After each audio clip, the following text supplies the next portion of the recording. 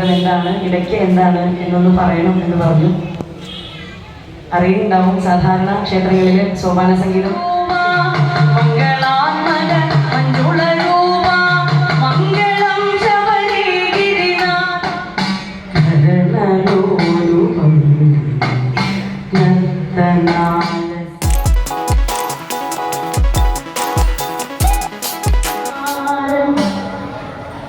ഗജമുഖ സോദരൻ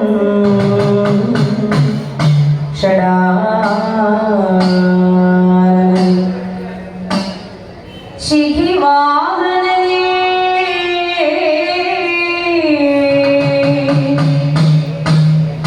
കുക്കുടധ്വജനേ സ്കന്ദകുമാര ഹര ഹരോ ഹര സ്കന്ദകുമാര ഹര ഹരോ ഹര.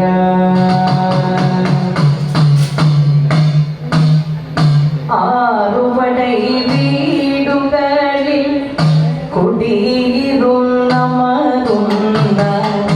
ആറുമുഖ ഭാവം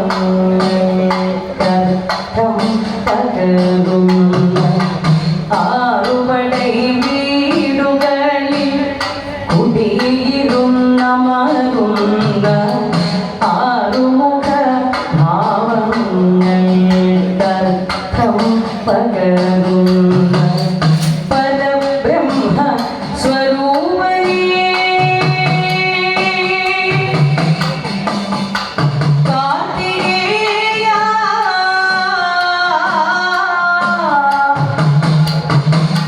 പരബ്രഹ്മ സ്വരൂപനേ കാർത്തികേയ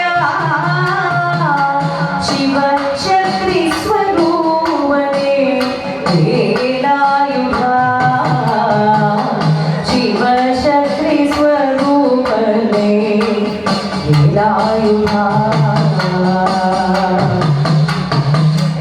ആറുപടൈ വീടുകളിൽ കുടിയിരുന്നമരുന്ന ആറുമുഖ ഭാവങ്ങൾ പകരുന്ന പരബ്രഹ്മ സ്വരൂപനേ കാർത്തികേയ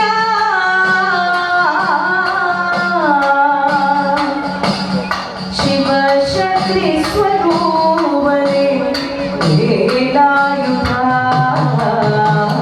ശിവശക്തി സ്വരൂപനേ വേലായുധ.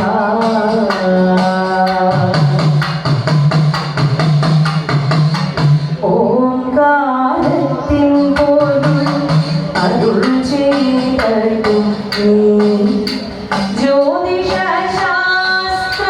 ഗണിച്ചുരചിച്ചതും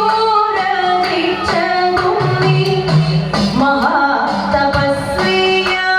മഹാതപസ്വിയായി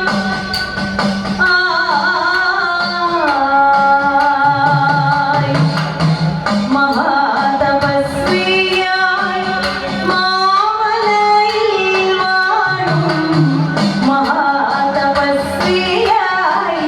മാമലയിൽ വാഴും ജ്ഞാനപരമേ തിരുമുരുക ജ്ഞാനപരമേ വേലായുധ ഹര ഹര ഹരോ ഹര വേലായുധ ഹര ഹരോ ഹര ആണ്ടവനേ ഹര ഹരോ ഹര. വജ്രായുധവും ശക്തിവേലും ധരിച്ച് ശക്തിധരനായി സംഹാരമൂർത്തിയായി താരകാസുര നിഗ്രഹം നടത്തുമ്പോൾ താരകാസുര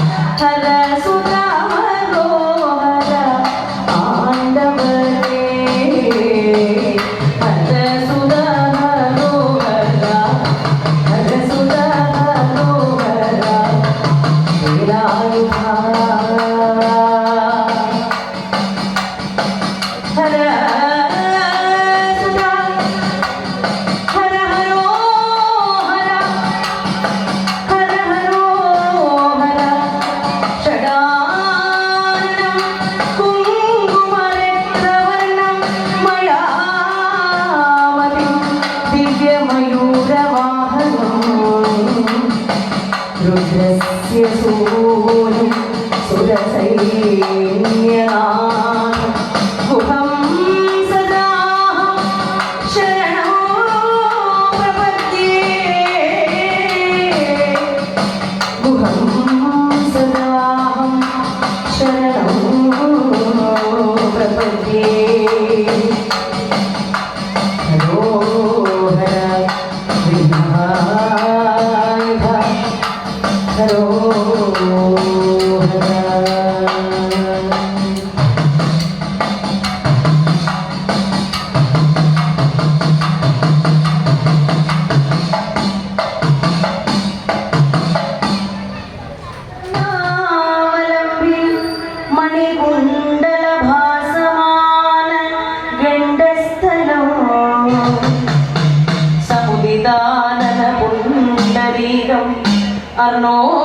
അർണോജനാഭ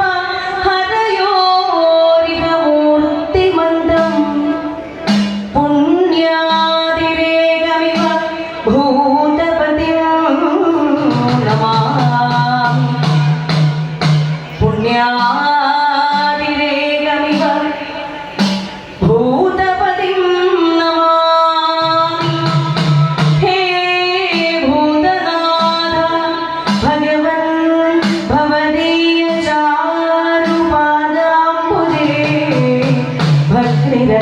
ഭക്തിരഞ്ജലാമേ നാഥായ സർവജഗദാ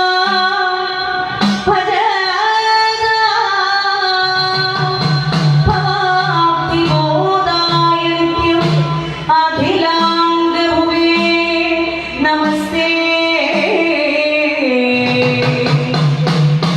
സ്വാമിയേ സ്വാമിയേ ശരണമയ്യപ്പ സ്വാമിയേ ശരണമയ്യപ്പ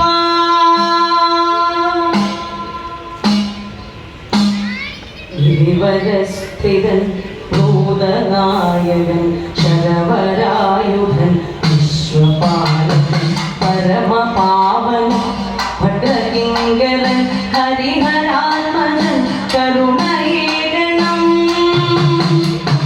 ഗിരിവരസ്ഥിതൻ ഭൂതനായകൻ ശരവരായുധൻ വിശ്വപാലൻ പരമപാവൻ ഭദ്രകിങ്കരൻ ഹരിഹരാത്മജൻ കരുണയേകണം കനകമോഹന പുരയിൽ വാഴുമെൻ ധനകൃപാകരൻ ചുരികയേന്തുവോൻ കനകമോഹന പുരയിൽ വാഴുമെൻ ധനകൃപാകരൻ ചുരികയേന്തുവോൻ കരളിൽ വന്നിരുന്ന മിതമായവൻ കനകണഞ്ഞുടൻ കരുണയേകണം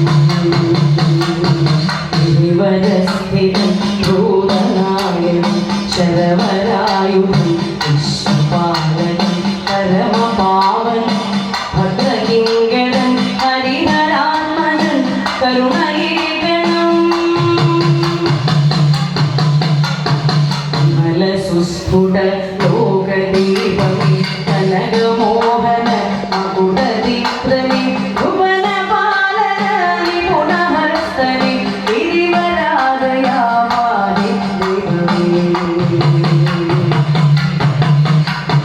കരുണതൻ കടൽ തിരയടിച്ചിടും മടിയടിക്കടി കടിയനിൽ ചിരം കരുണതൻ കടൽ തിരയടിച്ചിടും മടിയടിക്കടി കടിയനിൽ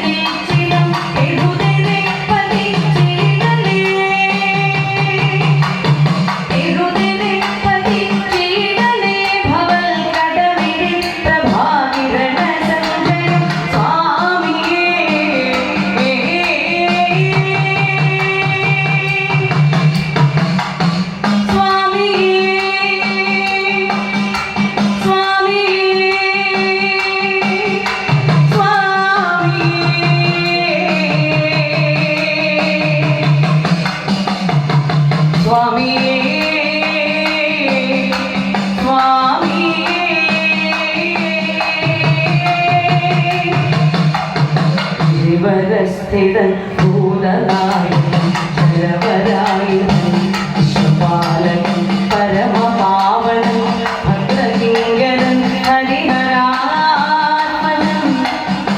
ഹരിഹരാത്മജൻ കരുണയേകനോ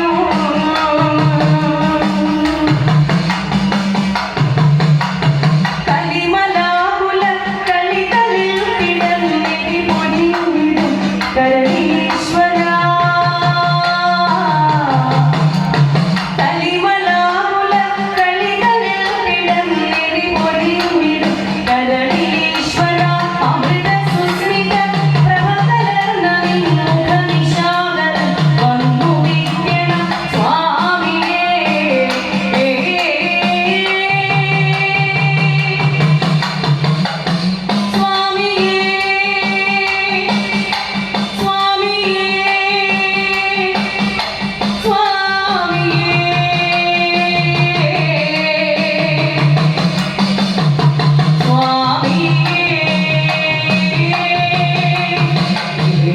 സ്ഥിതൻ ഭൂതനായകൻ ശരവരായുധൻ വിശ്വപാലകൻ പരമപാവനൻ ഭദ്രകിങ്കരൻ ഹരിഹരാത്മജൻ ഹരിഹരാത്മജൻ കരുണയേകനോ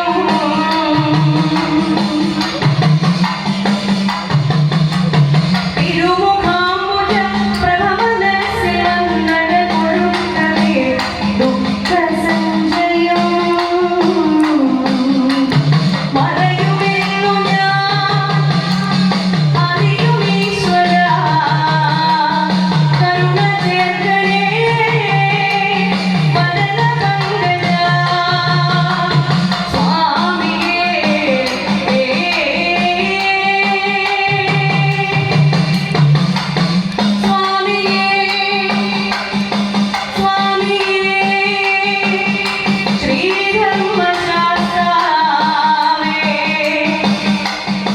കലിയുഗവരദ പ്രഭോ പാഹി മാം വിമലവതി ശ്രീധർമ്മശാസ്താവേ നമോസ്തുതേ കാട്ടുശ്ശേരിയമൻ പൂർണ്ണാപുഷ്കലസമേത ശാസ്താവേ ശരണമയ്യപ്പ ശരണമയ്യപ്പ ശരണമയ്യപ്പ ശരണമയ്യപ്പ സ്വാമിയേ ശരണമയ്യപ്പ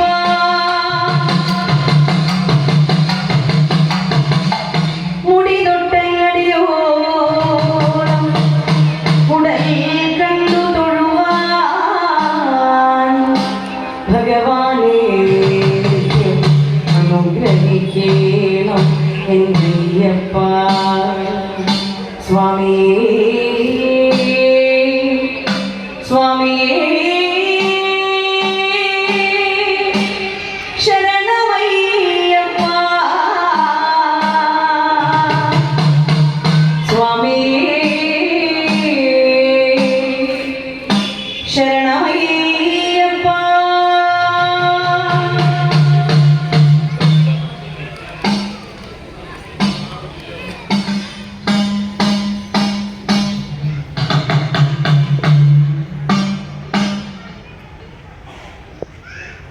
അന്ധകാന്തക കാന്തകുമാര ചിന്താബന്ധുര സുന്ദരരൂപ അന്ധകാന്തക കാന്തകുമാര ചിന്താബന്ധുര സുന്ദരരൂപ മന്ദസ്മേര മനോഹര വീര മന്ദസ്മേര മനോഹര വീര സുന്ദരാനന കാനനവാസ സുന്ദരാനന കാനനവാസ കാമിനി ജനമോഹനമേതു യാമിനീശ സമാനവദനം യാമിനി എന്നും കാണണം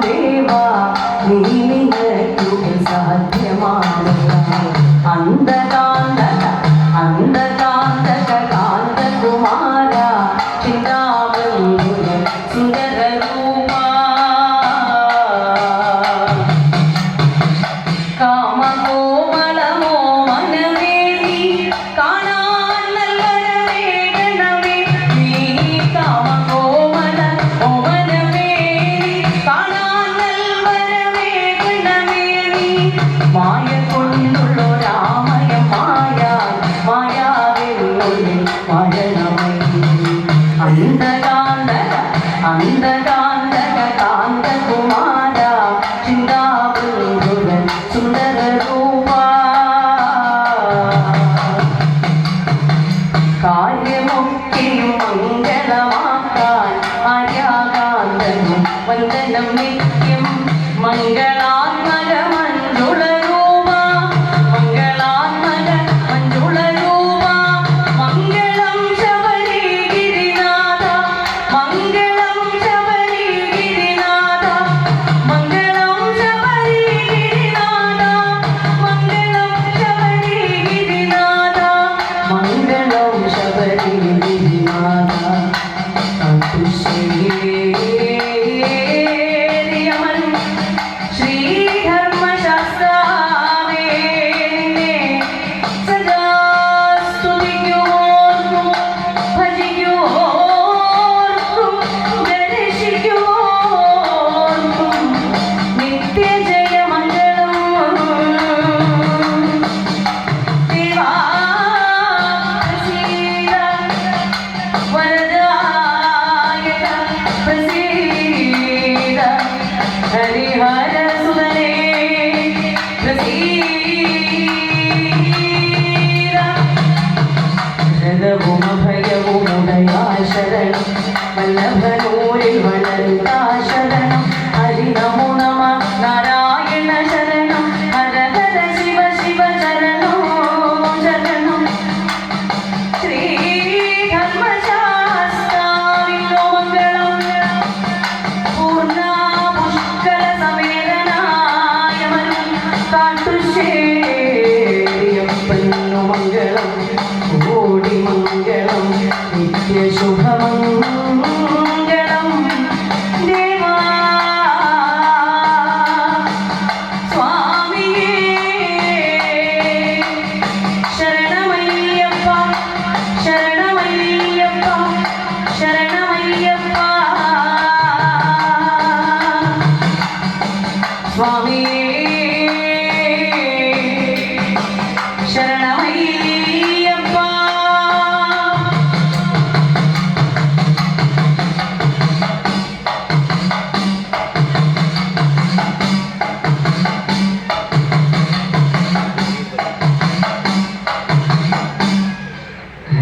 ഹരിവരാസനം വിശ്വമോഹനം ഹരിരധീശ്വരം ആരാധ്യപാദുകം ഹരിവിമർദ്ദനം നിത്യനർത്തനം ഹരിഹരാത്മജം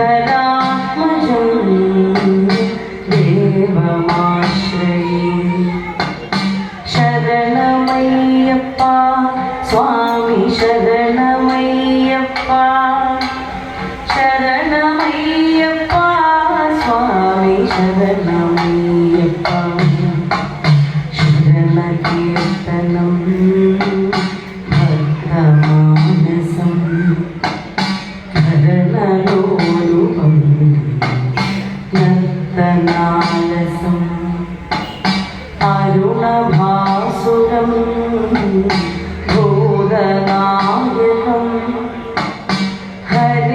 ഹരിഹരാത്മജം ദേവമാശ്രയേ ശരണമയ്യപ്പ സ്വാമി ശരണമയ്യപ്പ ശരണമയ്യപ്പ സ്വാമി ശരണമയ്യപ്പ പ്രണയസത്യകം പ്രാണനായകം ഭരതകൽപകം സുപ്രഭാജിതം പ്രണവമന്ദിരം കീർത്തനപ്രിയം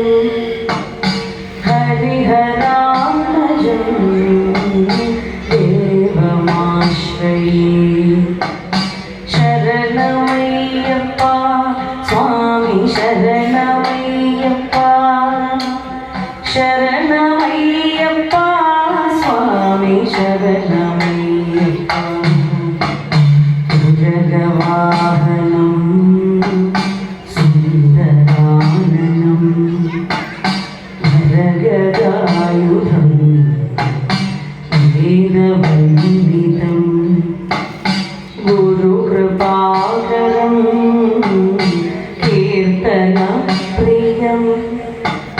ഹരിഹരാത്മജം ദേവമാശ്രയേ ശരണമയ്യപ്പ സ്വാമി ശരണമയ്യപ്പ ശരണമയ്യപ്പ സ്വാമി ശരണമയ്യപ്പ ഭുവനാർച്ചിതം ദേവതാത്മകം നയനം പ്രഭും ദിവ്യദേശികം പ്രദശപൂജിതം ചിന്തിതപ്രദം ഹരിഹരാത്മജം ദേവമാശ്രയേ ശരണമയ്യപ്പ സ്വാമി ശരണമയ്യപ്പ ശരണമയ്യപ്പ സ്വാമി ശരണമയ്യപ്പ ഭവഭയാവഹം ഭാവുകാവഹം ഭുവനമോഹനം ഭൂതിഭൂഷണം ധവളവാഹനം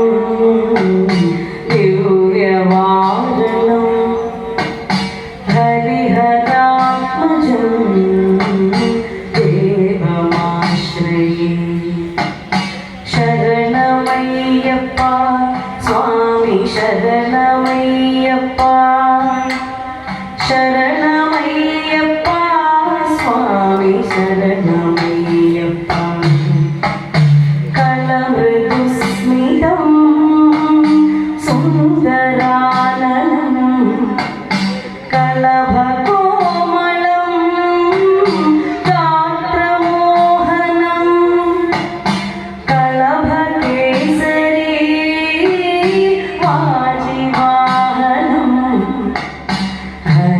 ഹരിഹരാത്മജം ദേവമാശ്രയേ ശരണമയ്യപ്പ സ്വാമി ശരണമയ്യപ്പ ശരണമയ്യപ്പ സ്വാമി ശരണമയ്യപ്പ ശതജനപ്രിയം ചിന്തിതപ്രദം ശ്രുതിവിഭൂഷണം സാധുജീവനം ശ്രുതിമനോഹരം ഗീതലാലസം ഹരിഹരാത്മജം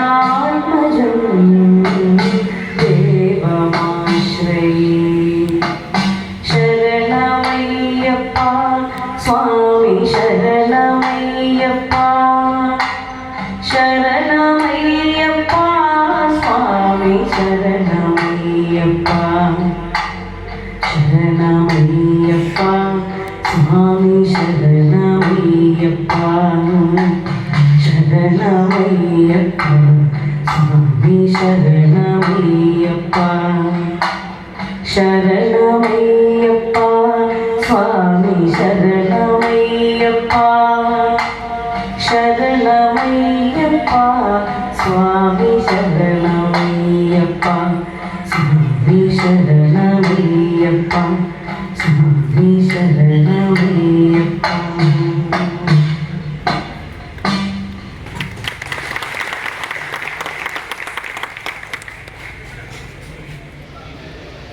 കാട്ടുശ്ശേരി അയ്യപ്പസ്വാമിയുടെ തിരുസന്നിധിയിൽ സോപാന സംഗീതാർച്ചന നടത്താൻ അവസരം ലഭിച്ചത് വളരെയധികം സന്തോഷമായി ഒരു പൂർവ്വജന്മ സുഹൃതമായി ഞാൻ കണക്കാക്കുന്നു. സോപാന സംഗീതം എന്താണ്, ഇടയ്ക്ക് എന്താണ് എന്നൊന്ന് പറയണം എന്ന് പറഞ്ഞു. അറിയുന്നുണ്ടാവും, സാധാരണ ക്ഷേത്രങ്ങളിൽ സോപാന സംഗീതം കേട്ടിട്ടുള്ളവരായിരിക്കാം നിങ്ങളെല്ലാവരും. നമ്മൾ ഒരു അമ്പലത്തിൽ പോകുമ്പോൾ നമുക്കവിടെ അവിടുത്തെ പ്രതിഷ്ഠ നമുക്ക് കാണാൻ സാധിക്കും. സാധാരണ സമയത്ത് നട തുറന്നിരിക്കുന്ന സമയത്ത് നമുക്ക് ആ ഭഗവാനെ അല്ലെങ്കിൽ ഭഗവതിയെ നമുക്ക് കാണാം. നട അടയ്ക്കുന്ന സമയത്ത് നമുക്ക് കാണാൻ പറ്റില്ല. ആ കുറച്ച് സമയം ഭക്തനും ഭഗവാനും തമ്മിലുള്ള ബന്ധം നേരിട്ട് കണ്ടുകൊണ്ടുണ്ടാവില്ല. ആ കാണാൻ പറ്റാത്ത സമയത്തും ഭക്തനും ഭഗവാനും, ഉള്ളിലിരിക്കുന്ന ആളും നിൽക്കുന്ന ആളും തമ്മിലുള്ള ബന്ധം മുറിഞ്ഞു പോവാതെ സംഗീതത്തിലൂടെ ഭക്തന് ഭഗവാനെ കാണിച്ചു കൊടുക്കുന്നതാണ് വളരെ സിമ്പിളായി പറഞ്ഞ സോപാന സംഗീതം. സാധാരണ സോപാനപ്പടിയുടെ ശ്രീലകത്തിന് മുൻപിലുള്ള പടികളെ പറയുന്ന പേരാണ് സോപാനം. സോപാനപ്പടിയുടെ ഇടതുവശത്ത് നിന്ന് മാരാരോ കുറുവാളോ അമ്പലവാസി സമുദായത്തിൽപ്പെട്ട പുരുഷന്മാരാണ് ഏറ്റവും കൂടുതലായി സോപാന സംഗീതം ചെയ്തു വരുന്നത്. അഷ്ടപതികളും സോപാനപ്പടിയിൽ പാടാറുണ്ട്. ജയദേവ വിരചിതമായ അഷ്ടപതികൾ 24 എണ്ണമാണുള്ളത്. കൃഷ്ണന് മാത്രമാണ് അഷ്ടപതി. കൃഷ്ണ, രാധ, പ്രണയം, വിരഹം, ദുഃഖമൊക്കെയാണ് അഷ്ടപതിയിൽ കൂടുതൽ വിവരിച്ചിട്ടുണ്ടാവുക. സംസ്കൃതത്തിലാണ്. പക്ഷേ സാധാരണ സോപാന സംഗീതം എന്ന് പറയുമ്പോൾ ഏത് ഭഗവാനെ പറ്റി നമുക്ക് പാടാം. മലയാളത്തിലുള്ള കീർത്തനങ്ങൾ ഓരോ ക്ഷേത്രങ്ങളിൽ ചെല്ലുമ്പോൾ അവിടുത്തെ മൂർത്തിയെ സ്തുതിച്ച് മിക്ക സോപാന കീർത്തനങ്ങളും കേശാദിപാത വർണ്ണനകളായിരിക്കും. ഭഗവാനെ കാണിച്ചു കൊടുക്കുക എന്ന് പറഞ്ഞല്ലോ. അപ്പോൾ ആ കാണുന്ന രൂപത്തെ ആയിരിക്കും വർണ്ണിക്കുന്നുണ്ടാവുക. കണ്ണടച്ച് നിന്നാൽ സോപാന സംഗീതം കേട്ടാൽ ഭഗവാനെ ഉള്ളിൽ കാണാൻ പറ്റണം എന്നാണ് പറയുക. അതാണ് സോപാന സംഗീതത്തിൻ്റെ ഉദ്ദേശം. ഒപ്പം ഇടയ്ക്ക എന്ന വാദ്യത്തിന് ഒരുപാട് പ്രത്യേകതകളുണ്ട്. ദേവവാദ്യം എന്നറിയപ്പെടുന്ന വാദ്യമാണ് ഇടയ്ക്ക. നമ്മൾ ചിന്തിച്ചു നോക്കിയാൽ അറിയാം, ഈശ്വരനോട് ഏറ്റവും അടുത്ത് നിൽക്കുന്ന വാദ്യമാണ്. സോപാനപ്പടി കഴിഞ്ഞ് അല്ലെങ്കിൽ ഭഗവാനോട് അതിലേറെ അടുത്ത് നിൽക്കുന്ന വേറെ വാദ്യം ഉണ്ടോ എന്ന് ചോദിച്ചാൽ ഇല്ല എന്നായിരിക്കും ഉത്തരം. ഇടയ്ക്ക ദേവവാദ്യമാണ്, മംഗളവാദ്യമായിട്ടാണ് ഇടയ്ക്ക അറിയപ്പെടുക. ഏതൊരു ശുഭകാര്യത്തിനും പ്രാരംഭം കുറിക്കാൻ ഇടയ്ക്ക ഉണ്ടാവുന്നത്, ഇടയ്ക്കയിലൊന്ന് തൊടുന്നത്, ഇടയ്ക്കയുടെ നാദം കേൾക്കുന്നതൊക്കെ വളരെ നല്ലതാണെന്നാണ് പറയാം. ഇടയ്ക്ക് വേറൊരു പ്രത്യേകതയുണ്ട്, കേട്ടിട്ടുണ്ടാവും നിങ്ങൾ ചിലപ്പോൾ. ഇടയ്ക്ക നിലത്ത് വെക്കില്ല, നേരെ ഭൂമിയിൽ തൊടാൻ പാടില്ലാത്ത വാദ്യമാണ് ഇടയ്ക്ക. അതെന്താ എന്നറിയോ? എന്താന്ന് ചിന്തിച്ചിട്ടുണ്ടോ എപ്പോഴെങ്കിലും? ഇപ്പൊ നേരിട്ട് ഭൂമിയിൽ വെച്ച് എന്തെങ്കിലും സംഭവിക്കുമെന്ന് ചോദിച്ചാൽ ഒന്നും സംഭവിച്ചിട്ടല്ല. പക്ഷെ അതൊരു വിശ്വാസമാണ്. വിശ്വാസത്തിന്റെ പുറത്തെ ഒരു ഐതിഹ്യമായി അല്ലെങ്കിൽ ആചാരമായി നമ്മൾ കൊണ്ടു നടക്കുന്നൊരു വിശ്വാസമാണ്. ഇടയ്ക്കൊക്കെ ഈ താഴെ കിടക്കുന്ന ഈ നൂല് കൊണ്ടുള്ള പൊടിപ്പുകൾ, പൊടിപ്പ് എന്നാണ് ഇതിനെ പറയുക. പൊടിപ്പ്, ഈ പൊടിപ്പ് 64 എണ്ണം ഉണ്ട്. 64 എണ്ണം. 64 എന്ന് പറയുന്നത് വെറുതെ ഒരു കണക്ക് ആയിട്ടല്ല, 64 കലകളാണ് നമുക്കുള്ളത്. അപ്പോൾ ഈ 64 കലകളെ സൂചിപ്പിച്ചാണ് 64 പൊടിപ്പ് ഇങ്ങനെ തൂക്കിയിട്ടിരിക്കുന്നത്. ഈ പൊടിപ്പ് തൂക്കിയിട്ടിരിക്കുന്നത് ഇങ്ങനെ ജീവക്കോൽ എന്ന് പറയും. ഈ മരത്തിന്റെ തണ്ടിനെ ജീവക്കോൽ എന്നാ പറയാ. ഈ ജീവക്കോലിലാണ് 64 പൊടിപ്പ് തൂക്കിയിട്ടിട്ടുള്ളത്. അതിൽ 4 എണ്ണമാണ് ഈ ജീവക്കോലുള്ളത്. 4 എന്ന് പറയുന്ന നമ്പറും വെറുതെ അല്ല, 4 വേദങ്ങളാണ് നമുക്കുള്ളത്. അപ്പോൾ 4 വേദങ്ങളെ പ്രതിനിധാനം ചെയ്തിട്ടാണ് ഈ 4 ജീവക്കോല്. അതിൽ ഒരെണ്ണത്തിൽ 16 എണ്ണം ആണ് പൊടിപ്പുണ്ടാവുക. 64 കലകളെയാണ് മൊത്തം 64 പൊടിപ്പ് സൂചിപ്പിക്കുന്നത്. അതുപോലെ ഞാൻ ഈ കൈ പിടിച്ചിട്ടുള്ള ഭാഗം, എൻ്റെ ഇടത് കൈയുള്ള ഭാഗം ആണ് ഇടയ്ക്കയുടെ കുറ്റി എന്ന് പറയുക. ഇടയ്ക്കയുടെ കുറ്റി, അതാണ് ഇടയ്ക്കയുടെ നട്ടല്. നമ്മൾ ഇടയ്ക്ക്, അതായത് ഈ കുറ്റിയിൽ നമ്മൾ എത്രത്തോളം വ്യത്യാസങ്ങൾ വരുത്തുന്നു, കുറ്റി കൺട്രോൾ ചെയ്യുന്നതിനനുസരിച്ചാണ് ഇടയ്ക്കയുടെ ശബ്ദം മാറുക. നല്ലോണം താഴത്തേക്ക് കൊടുത്താൽ, നല്ലോണം അമർത്തി പ്രസ് ചെയ്ത് പ്രഷർ കൊടുത്തു കഴിഞ്ഞാൽ ഹൈ പിച്ചിലേക്ക് പോകും. ലൂസായിട്ട് പിടിച്ചാൽ ബേസ് പിച്ചിലേക്ക് വരും. അത് മാത്രമല്ല, മനുഷ്യൻ തൊണ്ട കൊണ്ട് പുറപ്പെടുവിക്കുന്ന എല്ലാ ശബ്ദവും ഉണ്ടാക്കാൻ കഴിവുള്ള ഒരേ ഒരു തുകൽ വാദ്യമാണ് ഇടയ്ക്ക. അതും ഇടയ്ക്കയുടെ ഒരു പ്രത്യേകതയാണ്. അപ്പോൾ ഈ കൈ പിടിച്ചിരിക്കുന്ന ഭാഗമാണ് ഇടയ്ക്കയുടെ നട്ടല്, അതാണ് കുറ്റി. ഈ കുറ്റിയിൽ നിന്ന്, കുറ്റിയെ പ്രകൃതിയായിട്ടാണ് കണക്കാക്കുക, പ്രകൃതി പ്രപഞ്ചമായിട്ടാണ് കണക്കാക്കുക. അതിൽ നിന്ന് 2 വട്ടങ്ങളാണുള്ളത്. ഒരു വശത്ത് മാത്രമാണ് എപ്പോഴും വായിക്കുക. അത് നമ്മൾ പാടുന്ന ആളുടെ ശബ്ദത്തിനും ശ്രുതിക്കും അനുസരിച്ച് കനം കുറഞ്ഞ തോല് ഏത് ഭാഗത്താണ് ഇട്ടിരിക്കുന്നത് ആ വശത്തായിരിക്കും എപ്പോഴും വായിക്കുക. ഈ വട്ടങ്ങൾ 2 എണ്ണം ഉണ്ടല്ലോ, ഈ 2 വട്ടങ്ങളെ നമ്മൾ സൂര്യൻ ചന്ദ്രൻ ആയിട്ടാണ് കണക്കാക്കുക. സൂര്യനും ചന്ദ്രനും. അപ്പോൾ ഈ ഒരു വട്ടത്തിൽ ഈ കോർത്തിരിക്കുന്നതിനെ കച്ച എന്നാണ് പറയുക, കച്ചക്കയറെന്ന് പറയും. ഈ കോർത്തിരിക്കുന്നത് 6 ദ്വാരങ്ങളിൽ കൂടെയാണ്. 6 സുഷിരങ്ങളാണ് ഒരു വട്ടത്തിൽ ഉണ്ടാവുക. ഈ 6 എന്ന് പറയുന്നതും വെറുതെ അല്ല, 6 ശാസ്ത്രങ്ങളെ പ്രതിനിധാനം ചെയ്തിട്ടാണ് 6 ദ്വാരങ്ങളുള്ളത്. അതിൽ നിന്ന് ഇങ്ങനെ ഈ കയറ് കോർത്തിട്ടാണ് ഇടയ്ക്ക് കോർത്തിരിക്കുന്നത് അങ്ങനെയാണ്. അപ്പോൾ ഈ കയറിനെയും സാധാരണ മഹാദേവന്റെ കഴുത്തിലെ പന്നകമായി കണക്കാക്കും ഈ ഇട്ടിരിക്കുന്ന കയറിനെ. അപ്പോൾ എന്തൊക്കെ കാര്യങ്ങളായി അല്ലേ? 64 കലകളായി, 4 വേദങ്ങളായി, സൂര്യനായി, ചന്ദ്രനായി, 6 ശാസ്ത്രങ്ങളായി, മഹാദേവന്റെ കഴുത്തിലെ പന്നകമായി. ആശയം കൊണ്ട് ഇത്രയും സമ്പുഷ്ടമായ വസ്തുവിന്റെ ഭാരം, ആശയം കൊണ്ടുള്ള ഭാരമാണ്. ഫിസിക്കൽ ഭാരം ഒരു 7-8 കിലോ ആണ് ഉണ്ടാവുക ഒരിടയ്ക്ക്. അല്ലാതെ ആശയം കൊണ്ട് വളരെ ബൃഹത്തായ ഈ വാദ്യത്തിന്റെ ഭാരം ഭൂമി ദേവിക്ക് താങ്ങില്ല എന്ന് പറയും. അപ്പോൾ ഭൂമിയിൽ നേരെ നിലത്ത് കൊണ്ടുവയ്ക്കില്ല, അതിനു പകരം ആകാശത്തിനും ഭൂമിക്കും ഇടയ്ക്ക് കൊളുത്തിയിട്ടിട്ടായിരിക്കും മിക്ക ക്ഷേത്രങ്ങളിലും കാണുക. അങ്ങനെ ആകാശത്തിന്റെയും ഭൂമിയുടെയും ഇടയ്ക്ക് നിൽക്കുന്നത് കൊണ്ടാണ് ഈ വാദ്യത്തിന് എന്ത് പേര് വന്നത്? ഇടയ്ക്ക എന്ന പേര് വന്നത്. അപ്പൊ ഇതാണ് ഇടയ്ക്കയെ പറ്റി പറയാന്ന് പറഞ്ഞത്. പിന്നെ സയന്റിഫിക് ആയിട്ട് ഇത് നിലത്ത് വെച്ചാൽ എന്തെങ്കിലും ബുദ്ധിമുട്ടുണ്ടോ എന്ന് ചോദിച്ചാൽ, നിലത്ത് വെക്കുന്നത് കൊണ്ട് ഇപ്പോൾ വേറെ അബദ്ധമൊന്നും ഉണ്ടായിട്ടല്ല, പക്ഷെ ഇടയ്ക്കയുടെ തോല് ഭയങ്കര നൈസായിട്ടുള്ള തോല, ഈ വായിക്കുന്ന വശവും അപ്പുറത്തെ വശം. അപ്പൊ നമ്മൾ നേരെ ഡയറക്റ്റ് കൊണ്ട് നിലത്ത് വെച്ചാൽ ഒരു ചെറിയ എന്തെങ്കിലും ഒരു കരട് മതി അത് കീറാനായിട്ട്. അപ്പോൾ വേണമെങ്കിൽ അതും കണക്കാക്കിയിട്ടായിരിക്കും നമ്മുടെ പൂർവികരുത് നിലത്ത് വെക്കരുത് എന്ന് പറഞ്ഞിട്ടുണ്ടാവുക. പിന്നെ എന്തൊരു കാര്യവും ആചാരമായി ബന്ധപ്പെടുത്തി പറഞ്ഞാലാണല്ലോ അത് ആചരിക്കപ്പെടുകയുള്ളൂ. അതുകൊണ്ടായിരിക്കും ദേവവാദ്യമായി കണക്കാക്കി ഇടയ്ക്ക് ഇങ്ങനെ പരിപാവനമായ ഒരു വാദ്യമായി കണക്കാക്കുന്നത്. നമ്മളെല്ലാവരും ഞങ്ങളുടെ ഗുരുനാഥന്മാരൊക്കെ പറഞ്ഞതനുസരിച്ച് വളരെ പവിത്രമായി നിലത്ത് വയ്ക്കാതെ തന്നെയാണ് ഇടയ്ക്ക് കൊണ്ട് നടക്കാറുള്ളത്. അപ്പോൾ ഈ മഹത്തായ വാദ്യത്തെ പ്രതിനിധീകരിച്ചുകൂടെ വരാൻ പറ്റിയതും വന്നതുകൊണ്ടാണ്, എന്താ പറയുക, സോപാന സംഗീതത്തിന്റെ ഭാഗമായിട്ടാണ് ഇവിടെ എത്തിച്ചേരാൻ കഴിഞ്ഞത് തന്നെ. അപ്പൊ എല്ലാവർക്കും അതിന്റെ ഒരു പ്രതിനിധി എന്ന നിലയിൽ വരുമ്പോൾ ഇതിനെപ്പറ്റി പറയേണ്ടത് എൻ്റെ ഒരു കടമയാണല്ലോ. മനസ്സിലായി എന്ന് വിശ്വസിക്കുന്നു. ഒരിക്കൽ കൂടി ഈ ക്ഷേത്രത്തിന്റെ എല്ലാ ഭാരവാഹികൾക്കും സ്നേഹപൂർവ്വം നന്ദി പറഞ്ഞുകൊണ്ട്, എല്ലാവർക്കും നല്ലത് വരട്ടെ എന്ന് പ്രാർത്ഥിച്ചുകൊണ്ട്, ഇവിടെ എത്തിയപ്പോഴാണ് അറിഞ്ഞത് ആകസ്മികമായി ഒരു മരണം, പെട്ടെന്നൊരു ആക്സിഡന്റ് സംഭവിച്ച് അകാലത്തിൽ കൊച്ചുമക്കളുടെ ജീവൻ നമ്മെ വിട്ടു പിരിഞ്ഞ കാര്യം. അപ്പോൾ അതീവ ദുഃഖത്തോടെ അവരുടെ ദുഃഖത്തിലും പങ്കുചേരുകയാണ്. അപ്പം കലിയുഗവരദനായ അയ്യപ്പസ്വാമി അവർക്ക് നിത്യശാന്തി നേരട്ടെ, മോക്ഷം നൽകട്ടെ എന്ന് പ്രാർത്ഥിക്കുന്നു. ആ കുടുംബത്തിന്റെ ദുഃഖത്തിൽ പങ്കുചേരുകയും ചെയ്യുന്നു. ഒരിക്കൽ കൂടി ഏവർക്കും നന്ദി പറഞ്ഞു.